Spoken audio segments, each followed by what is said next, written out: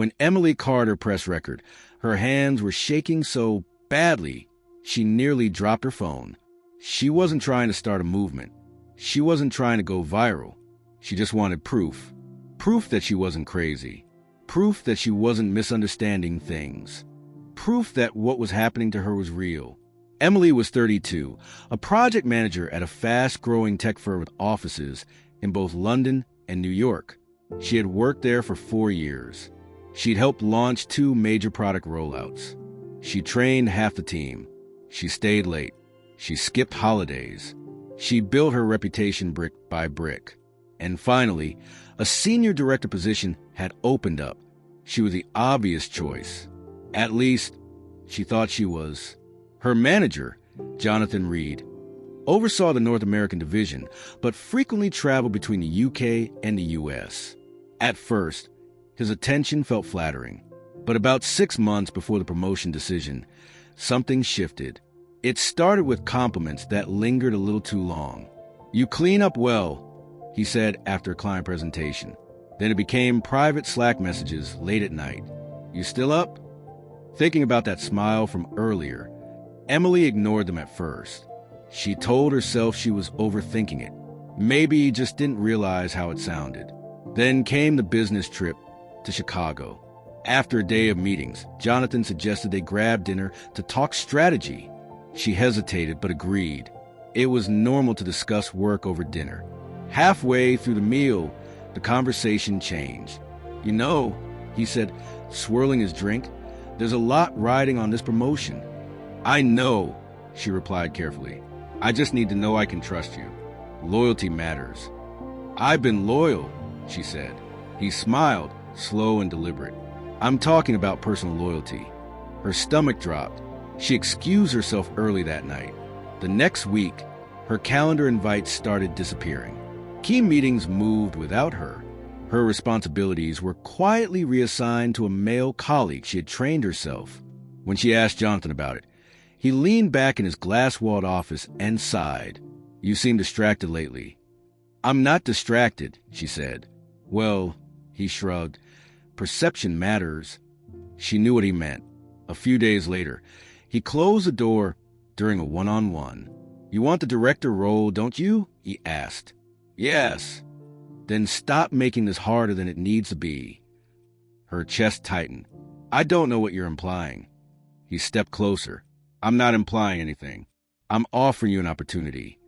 She left the office shaking. That night, she couldn't sleep. She replayed every conversation in her head. Maybe she should report it. Maybe HR would help. But Jonathan had been at the company for 12 years. He played golf with the CEO. He led record-breaking revenue quarters. Who would they believe? She started researching workplace harassment cases. She read stories of women who came forward, and stories of women who were labeled difficult, emotional, not a cultural fit. One line stuck with her. Without evidence, it becomes opinion. So she decided she would gather evidence. The next time Jonathan scheduled a private meeting, she placed her phone inside her notebook, microphone on, recording. She told herself she hoped she wouldn't need it. He shut the door. "You've been distant," he said casually. "I've been focused on my projects." "You're avoiding me." "I'm keeping things professional." He laughed softly. "Professional is flexible." Silence filled the room. Then he said it. "If you want that director title, you need to show me you're on my side." She swallowed. "I am on your side." He moved closer. "Then prove it. Come up to my hotel suite tonight. No one needs to know." "I'm not doing that," she said. His expression changed instantly. "Be careful, Emily. This industry is small." She walked out. Once she was in the lift, she pressed stop on the recording. Her hands were trembling, but she had it, every word. The next morning, she sent an email to HR requesting an urgent meeting. 2 days later, she sat across from a woman named Karen from People Operations. "I have a recording," she said, "of my manager pressuring me for sexual favors in exchange for a promotion." Karen's face remained neutral. "Are you aware," she asked carefully, "that recording someone without their consent can have legal implications?" Emily blinked. I was protecting myself." Karen folded her hands. Emily played the audio. The room filled with Jonathan's voice. "Come up to my hotel suite tonight. No one needs to know." Karen cleared her throat. "We'll need to investigate." For the first time in weeks, Emily felt a flicker of hope. She thought the recording would end it. She was wrong. The investigation lasted 3 weeks. During that time, her projects were reassigned. Someone removed her from the leadership Slack channel. Whispers followed her through the office. "She's trying to take him down. Why didn't you just say no? Why record him?" Jonathan continued working as usual. He smiled in meetings. Then HR called her in. After a long pause, Karen spoke. "We've concluded that while the recording raises concerns, it lacks context." Context. Emily repeated. Jonathan states the conversation was consensual banter taken out of context. Emily felt her throat close. "You heard him?"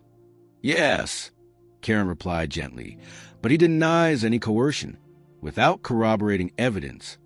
"I have evidence," she said. "You have a recording," Karen corrected.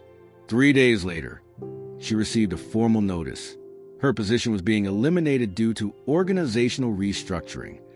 Her access badge was deactivated that afternoon. Jonathan kept his job. The director role went to Mark, the colleague she had trained. That night, Emily sat on her sofa staring at the email. She had done everything right. She had reported through official channels. And she still lost. For weeks, she questioned herself. Maybe she shouldn't have recorded him. Maybe she should have stayed quiet. Maybe she should have just found another job quietly. 2 months later, after speaking with an employment solicitor and an attorney, she filed a formal complaint with regulatory authorities. She didn't post a recording online. She didn't give interviews. She just refused to disappear. It took a year of legal letters, a year of depositions, a year of Jonathan's lawyers trying to paint her as unstable, ambitious, vindictive. But under oath, the recording sounded different, clearer, harder to dismiss. Other women came forward quietly. Similar messages, similar dinners, similar opportunities.